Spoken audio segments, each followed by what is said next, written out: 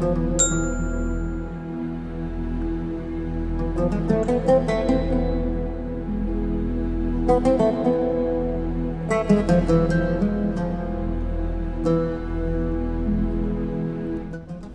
everybody and welcome to Al Ula in Saudi Arabia.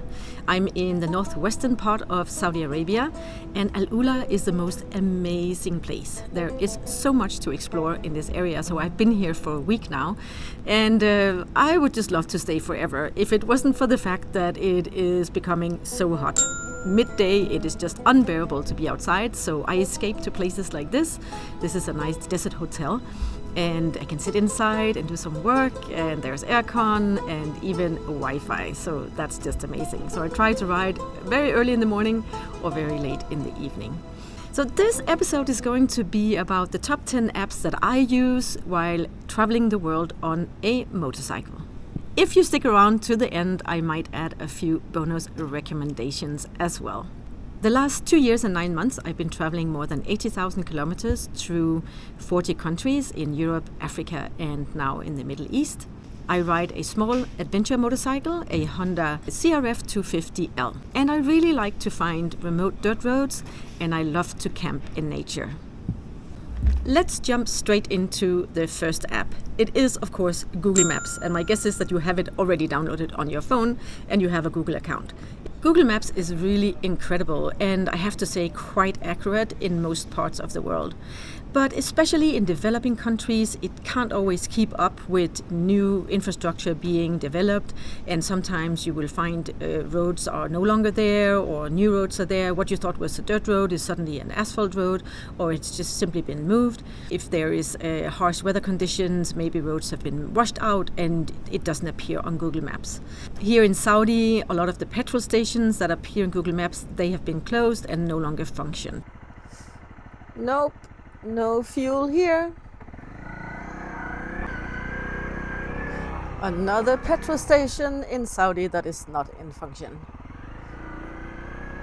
I use all the different map types in Google. I use the standard one, I use satellite, I use terrain, and I also like to use the street view, especially if I'm a little bit worried if it's going to be a lot of sand. Then if someone has been there before and have uploaded a photo, then I might be able to see what kind of terrain it is. If you're going to very remote places and you know that you're not going to have any network, then I can recommend to download offline maps. It's very, very easy. You open Google Maps, you click on your profile picture, click on offline maps, and then you click select your own map.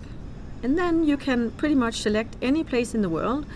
You can choose a smaller area or a bigger area, and you click download, and now Google Maps will download that map area to your phone, so you're not depending on having network. I will usually download map areas for a few thousand kilometers ahead of me. So with Google Maps, you don't download for a whole country at a time, but you use this map selector that I just showed you. App number 2 is Locus Map. This is my preferred app as soon as I leave the tarmac. Locus Map is just incredibly detailed and really shows the elevation lines very, very well. It enables me to make an assessment whether I think I can do this track or not.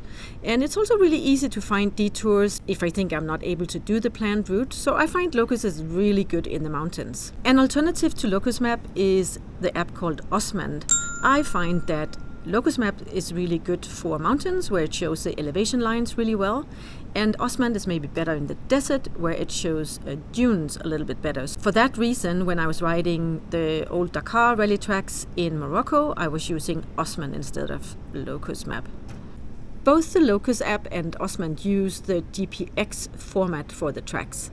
And I prefer that. I'm used to using the GPX format. It's easy to transfer it to my Garmin GPS as well.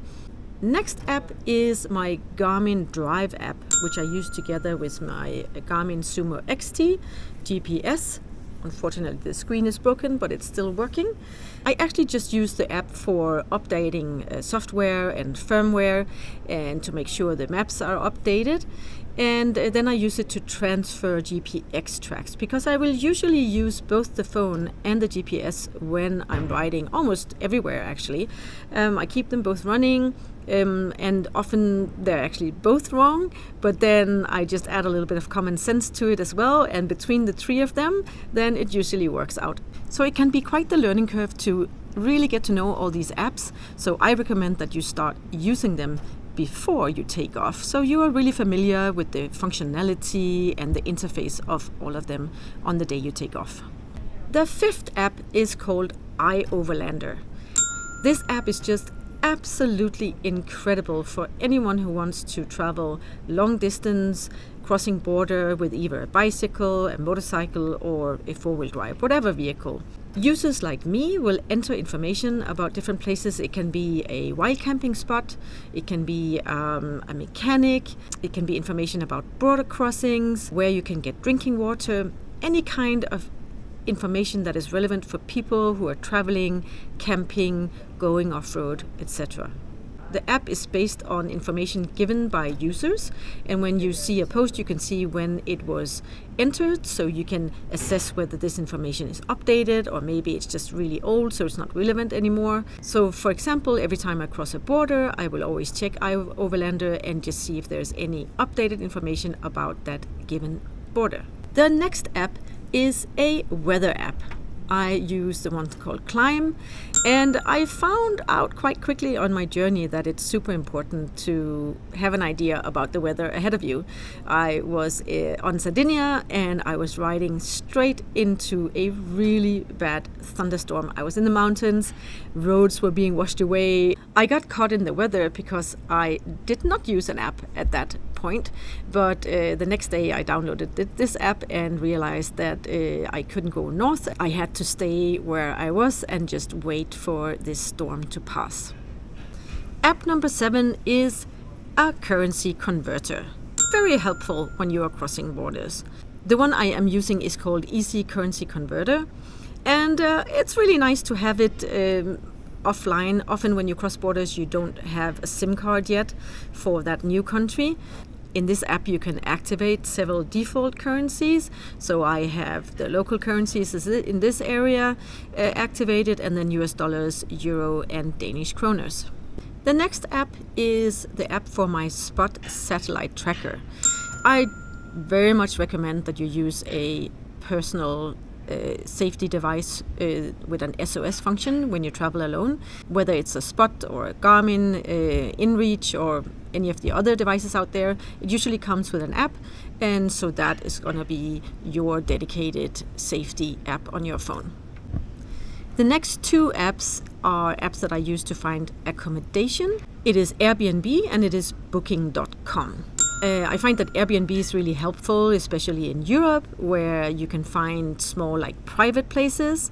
Here, Airbnb is more hotels, so then I might as well just use Booking.com. And the more I use Booking.com, the bigger the discount I get. I don't really find campgrounds in those 2 apps. I will go to Ioverlander to look for campgrounds, or just Google Maps. So that was the 10 apps that I will use all the time on my phone, and that leads me to 2 bonus recommendations. First one is Wikiloc. It's an app that will show you off-road trails for hiking, biking, motorcycling, four-wheel drives, any kind of backroad activities. Finally, a lot of countries have country-specific apps for example, finding shelters in Sweden. In Denmark, there's an app called Brug min baghave, which basically means use my backyard. But there is one that is global. This one is not an app, but it's a website, and it's called Bunk. And this is an incredible website. It's basically a map, and then anyone can go in and make a profile as a host and describe themselves shortly. Maybe they say, I have an extra room, or I have room on my couch, or I have a place in my garden where you can pitch a tent. They might even have tools to work on your motorcycle. And the most amazing part of this website is the sheer amount of hosts. It is unbelievable, especially in North America and in Europe. And it works like this, that you go into the website and you click on the area that you want to travel to, and you find a host, you click on the host and then you read the information. And of course you will have to contact the host before you can't just show up on their doorstep. You also need to get the exact address from them. I've used it several times in Europe, and it is just the coolest way to meet local people. So those were the 10 apps that I use all the time, plus 2 bonus recommendations.